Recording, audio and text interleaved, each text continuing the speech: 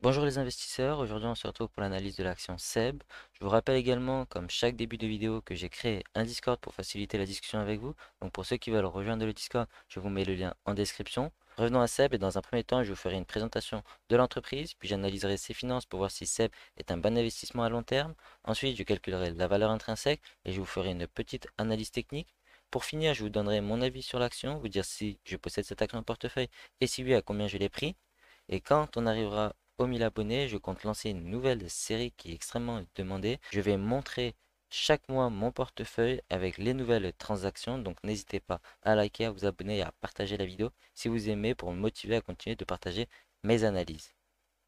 Mais avant ça, les informations présentées dans cette vidéo ne constituent aucunement des conseils en investissement. Celles-ci ont un but purement éducatif. Je précise que je ne suis pas un conseiller financier, mais un simple amateur qui vous partage ses analyses et son parcours d'investisseur en bourse. Tout investissement boursier implique des risques dont le risque de perte partielle ou totale de l'investissement de départ. Il est donc primordial que vous fassiez votre propre analyse avant d'investir en bourse.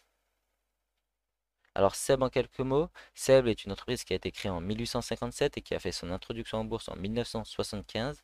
SEB conçoit, fabrique et commercialise des petits appareils ménagers dans le monde entier. Elle est leader mondial du petit équipement domestique et tout le monde connaît des marques que possède SEB comme Tefal par exemple. Au niveau de son actionnariat, on retrouve 41% d'actionnaires issus du groupe fondateur, 5,2% de l'actionnaire LAC ISLP, qui est un fonds géré par BPI France Investissement. Ensuite, on a 4,70% avec FSP. Donc le FSP, c'est le fonds stratégique de participation. C'est une société d'investissement créée par quatre grands assureurs français, dont BNP Paribas, CNP Assurance, Crédit Agricole et Société Générale. Ensuite, nous avons 4% détenu par Peugeot Invest Asset, qui est le fonds de la famille Peugeot. Ensuite, 2,5% détenu par les salariés, 40,90% détenus par des institutionnels et individuels, et enfin 0,70% par une autodétention. Pour finir, je vous ai mis le secteur dans lequel se trouve SEB, et c'est le secteur de la consommation discrétionnaire. Ensuite, je passe à la répartition géographique du chiffre d'affaires. Donc, on peut remarquer que SEB fait 52% en Europe, Moyen-Orient et Afrique, 14% en Amérique et 33% en Asie. Donc, SEB touche à tous les continents et ça, c'est quelque chose de très bien. Ensuite, je passe à la répartition du chiffre d'affaires par activité. On remarque que SEB fait 92% du chiffre d'affaires avec le grand public et 7,79% avec les professionnels. Alors maintenant, on passe à l'analyse financière. Donc, comme un abonné m'a dit, je vais essayer de passer rapidement sur les données les moins importantes et passer plus de temps sur les données les plus importantes. Donc, on commence directement avec le chiffre d'affaires. Donc, on voit qu'il est en augmentation. Par la suite, je regarde le résultat opérationnel.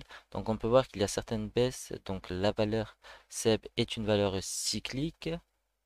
Ensuite, je passe au résultat net des activités continues. Donc encore une fois, on voit la cyclicité du business.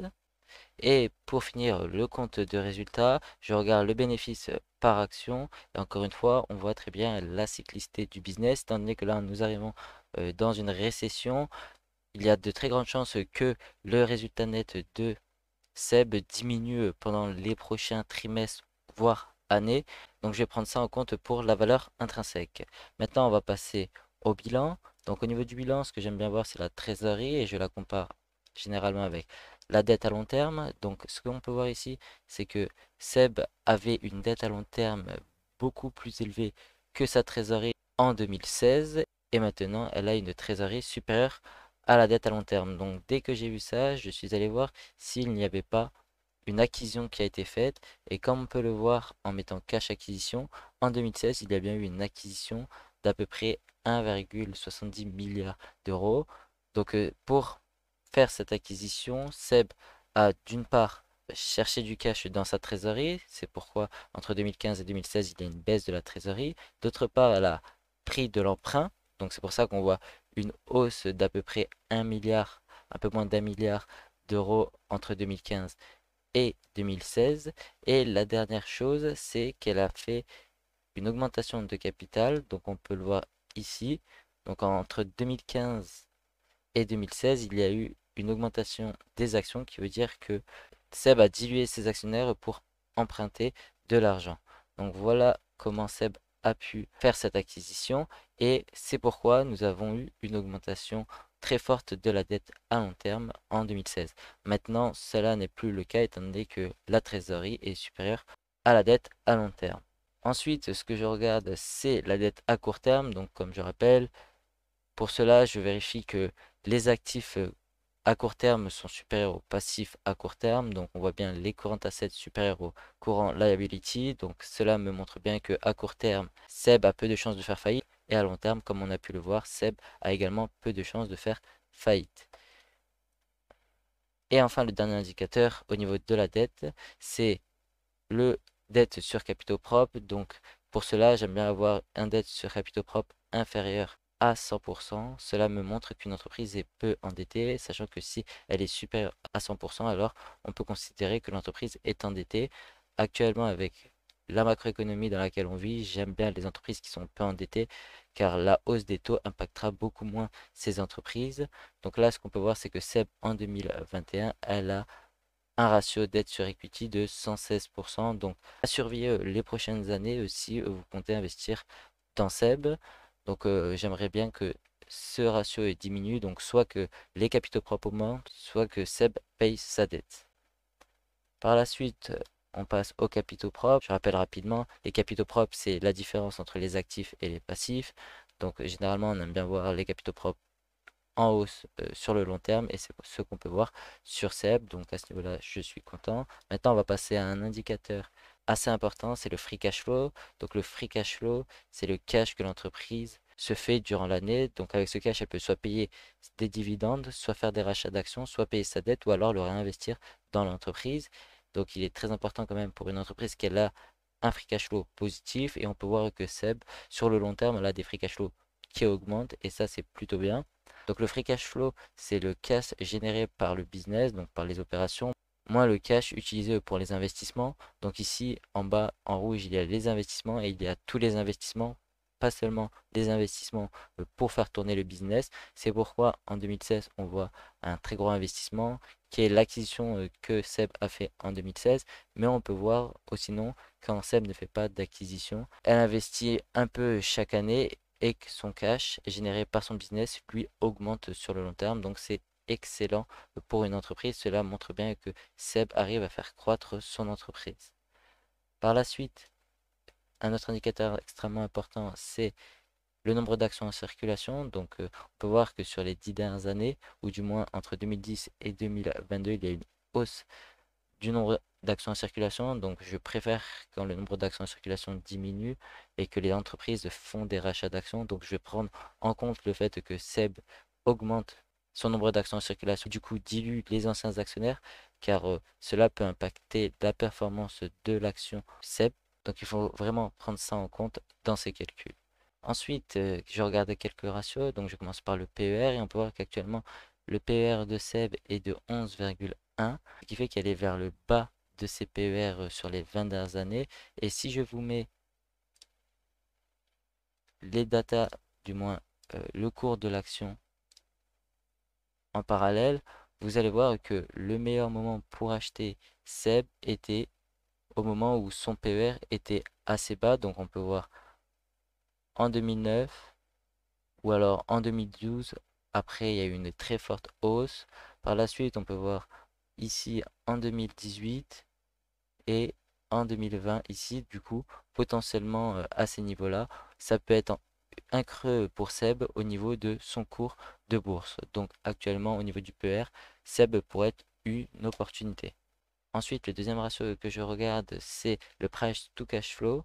Donc le price to cash flow, c'est comme le PER, mais au lieu de diviser le cours de l'action par le bénéfice par action, on divise le cours de l'action par le free cash flow. Donc actuellement, le price to cash flow de SEB est de 54,6, donc qui est une très grosse valeur, et cela est dû par une baisse des free cash flow la dernière année, comme on peut le voir ici. Et cette baisse des free cash flow fait automatiquement augmenter le price to cash flow car on divise le cours de l'action par une plus petite valeur qu'auparavant. Donc cet indicateur pour cette entreprise, je considère qu'il est erroné, c'est pourquoi je ne vais pas le prendre en compte. Ensuite, je passe au price to sell. Donc au niveau du price to sell, on peut voir que l'entreprise est à 0,5 et que sa médiane est aux alentours de 0,9. De plus, on peut voir que En 2009, le price to sell était de 0,3 et c'était une occasion d'acheter SEB. Également en 2012 avec un price to sell de 0,6 et on pourrait penser que à ces niveaux-là de 0,4 ou 0,5, ça pourrait être une occasion d'acheter du SEB. Donc encore une fois, cet indicateur peut nous montrer que SEB est une opportunité actuellement sur du long terme, bien sûr. Ensuite, je regarde toujours les marges. Donc, je rappelle que pour Warren Buffett, une entreprise a un avantage concurrentiel si elle a une marge brute supérieure à 40% et une marge nette supérieure à 10% pour une entreprise européenne. Donc, clairement, on voit qu'actuellement, SEB n'a pas d'avantage concurrentiel. Elle tourne aux alentours de 10 à 12 de marge brute sur le long terme, à 5% de marge nette. Donc, clairement, SEB n'a pas d'avantage concurrentiel, mais la marge nette va me permettre de calculer encore une fois la valeur intrinsèque.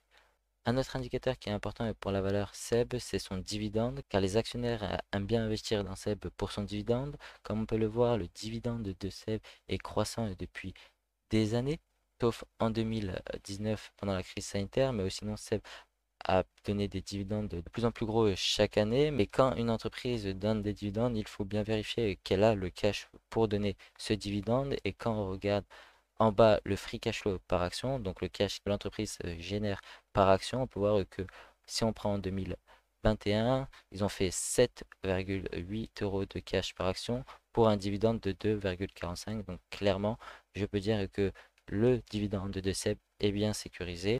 Et ça, c'est une bonne chose pour les investisseurs qui utilisent la stratégie des dividendes.